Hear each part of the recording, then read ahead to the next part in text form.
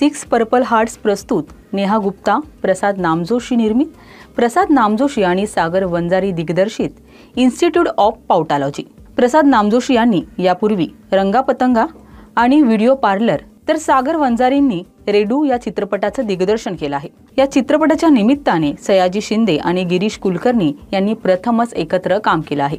यासोबतच ज्येष्ठ अभिनेते दिलीप प्रभावळकर, शशांक शेंडे, दीप्ती देवी, संदीप पाठक, पार्थ भालेराव, देवेंद्र गायकवाड, अपूर्वा चौधरी या कलाकारांच्या देखील महत्त्वाच्या भूमिका आहेत।